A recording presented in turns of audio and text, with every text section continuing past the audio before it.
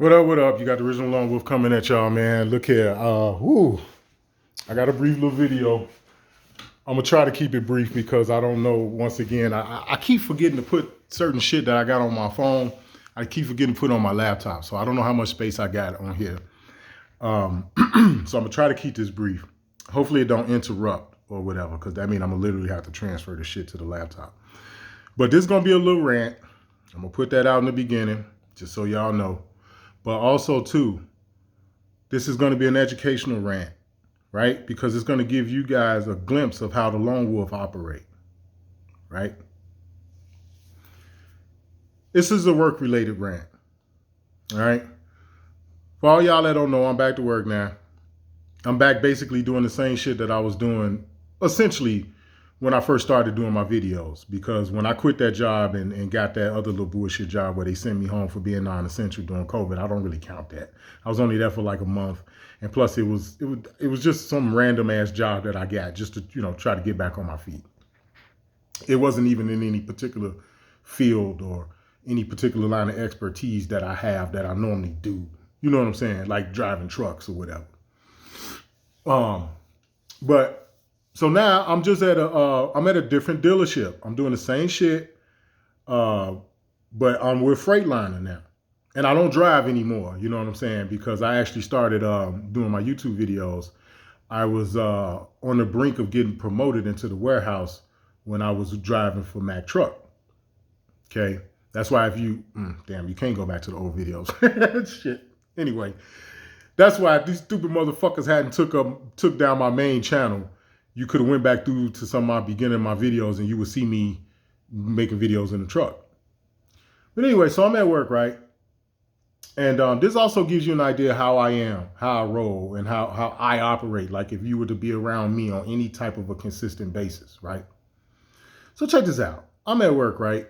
And it's the same old sucker shit, favoritism, discrimination, bullshit, just like where you work, right? Now, I work in the warehouse for Freightliner. I don't drive, I don't do deliveries and shit for them anymore. Well, not anymore. I didn't get hired for that. I got hired to come into the warehouse. So, you got motherfuckers there that, you got a couple of biracial motherfuckers that, try to latch on to us. And it's always that nigga this, nigga that shit. Then you got this one goofy ass, he claimed to be a fucking Hispanic, but he one of those white Hispanics. Right? He got like blonde hair and shit. Like light golden brown, like a little bit darker than sandy brown hair. Right? Basically a fucking white boy. You know how we operate. If you got pale skin, you a white boy. We don't give a fuck where you from. You know what I'm saying? It all the shit lead back to Europe. So what difference do it make? Even if he claiming to be Hispanic, it should still take you back to Europe in some way. Okay? Because the people that are from here are indigenous. They always been here. Even if they mixed with other people. Right? Which makes their children half indigenous and half whatever the fuck their other parent was. So, he always with this nigga that shit too, because he one of the motherfuckers, I grew up around black people, right? But he ain't never met me, right? Like, nigga, I don't give a fuck if you fucking a black bitch. I mean, excuse me, a black woman. Excuse me. Or an indigenous woman. None of that shit weighs anything with me. I don't give a fuck about none of that, right? But they fired this guy, right? And he was through a staffing agency. And I think I made a video telling y'all in the past that there was this other motherfucker, a Middle Eastern motherfucker. He got pale skin too. He looked like a white boy. He's a white Middle Eastern. I think he was saved from Saudi Arabia or some shit. Well, he was born here, but his parents or whatever, He'll fucking colonize. Well, he would look like a colonizer that came from Saudi Arabia. Basically, that's how he looked. And I think I did a video in the past where I told y'all he was through a staffing agency and he was a porter. And anybody who know anything about dealerships, that's like the bare bottom shit. When you come into a dealership, like one notch above a janitor when you're a fucking porter, right? Because the porters at Freightliner do the same thing that porters do at car dealerships. It's the exact same shit, except they fucking with rigs. And they promoted this nigga. Not only did they hire him on permanently, but they gave him a salary position. And they created his position out of thin air. So you got that kind of favoritism walking around. The fucking pale ass Hispanic motherfucker talking about he grew up around black people and all this other dumb shit. They got him doing a job where in the 40-hour work week, 70% of those hours he don't do shit. And just take that as literal. The long with telling you this nigga don't do nothing. But quite naturally, he friends with the fucking warehouse manager and shit. So anyway, just to give y'all a little bit of a brief little lowdown. So they fired my mans today, a brother, quite naturally. He was through a staffing agency. Now, coincidentally, right, to go to show you how scandalous these niggas is, boy, motherfuckers, woo. And this is why I was hot. I had to get on here and make this video because I needed somebody to talk to. I ain't gonna lie, man. I had to, you know what I'm saying? I say, fuck it, let me throw this shit out here to the few subscribers I got. Them the only motherfuckers that seem to really be down with me any fucking way. So let me talk to y'all, right? This is what I'm thinking. And I'm talking about, if you think it's a joke, I got my fucking cup of beer right here. I got a fucking joint that I'm smoking on the whole 9 yards. Like, I'm dead serious. I'm like, let me get on here and make this video and talk to these niggas, man, because this shit is fucking insane. A motherfucker that used to work there, I don't know if he quit or got fired. I got to find out that exact part, right? Anyway, this nigga's back, right? He's back working there. And when he came back to get the job, they told him it was conditional that he go and apologize to the chick that I was telling y'all got demoted but still got to keep her office, dumbass white broad who talk down and belittle motherfuckers and make everybody uncomfortable. Don't nobody in the whole building like her, and that's literal. She's gotten into it with everybody in every fucking department within the building. She still got to keep her office and her fucking job after getting demoted, and nobody fucks with her right now as I'm doing this video. Now, this fucking guy coming back, it was conditional that he go back and apologize to this fucking white chick, right?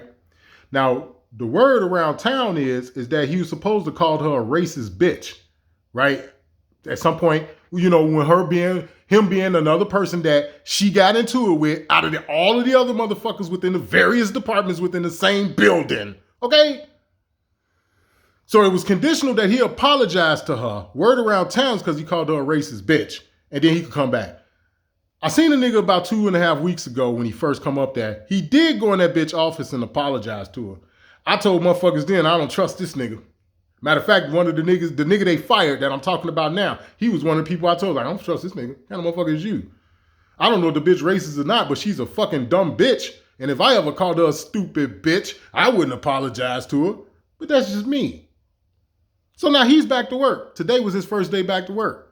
Now, just so coincidentally, they come tap my mans on the shoulder from the staffing agency and like, yeah, man, get out of here. Take a hike. Right? Now, here's the part where where Lone Wolf get down there. This part that got me. First off, the same nigga that tapped him on the shoulder and told him to take a hike was also the same motherfucker that told him about a month or so ago that he was going to bring him on permanently. Okay? You fired this man at like 10:30 this morning. It's like, wow. Like, I don't know what it was. I don't know if I was putting away stock or if I was pulling an order for a driver or something. I don't know what the fuck I was doing when he come up to me. I don't remember. But he came up to me and he was like, yeah, Tavares. He's like, man, I'm gone, bro. And I'm like, what the fuck you talking about? And you know how motherfuckers extend their hand. You know how we shake up and shit, grab motherfucker around the back with the other hand, and And I'm like, what the fuck you talking about? He's like, man, they let me go. Oh, word? Yeah, man, they told me, man, kick rocks. Damn. Instantaneously, I'm mad at him. Now, mind you, this man is crushed. He crushed. You can see it on his face. I don't know how he refrained from crying because you could hear it in his voice. The man sticked around another 25, damn near 30 minutes before he finally left after they canned him. Going around shaking up to everybody and this thing. And you could tell. You could tell, man, the man was crushed. Right? Now, the bitch-ass warehouse manager, he's a Lieberman. Right? We ain't gonna even go into the whole thing, the last name Lieberman. We're gonna leave that shit alone. What pissed me off was how our own people just treated that shit, and particularly the one chick that worked back there that do a lot of the clerical shit. Because her and the dumb white bitch, they do all the clerical shit. She a sister, then you got the fucking white bitch that got to keep her office after she got demoted. Motherfuckers back there like, it's another day. And the sister even had a nerve to say to me, well, shit, you're going to have to get used to that if you work here. Oh, so you telling me, G. Now, this is a womb bearer. This is an indigenous womb bearer. Chick say she got 7 kids. Got 2 jobs. It wasn't a motherfucker. Yeah, I'm going to get all, I don't want to get into that. But anyway. You mean to tell me I got to get used to... Now, I already heard about some of the other employees from in the past that they fucking screwed over and dicked off and shit. The vast majority of them was melanated brothers and sisters or whatever. You know what I'm saying? I think it was mainly men, but these were predominantly melanated men that they jagged off and fucked up in the past. You just turn around and do this to my mans. And you had the nerve to fucking tell me that I got to get used to that? If you work here, you're going to have to get used to that. Baby girl, I don't have to get used to shit. You got me fucked up. Lieberman, who's the warehouse manager, Bill Lieberman, right?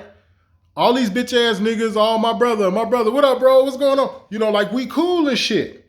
I peeped that from day one. Like I peeped that set coming through the door.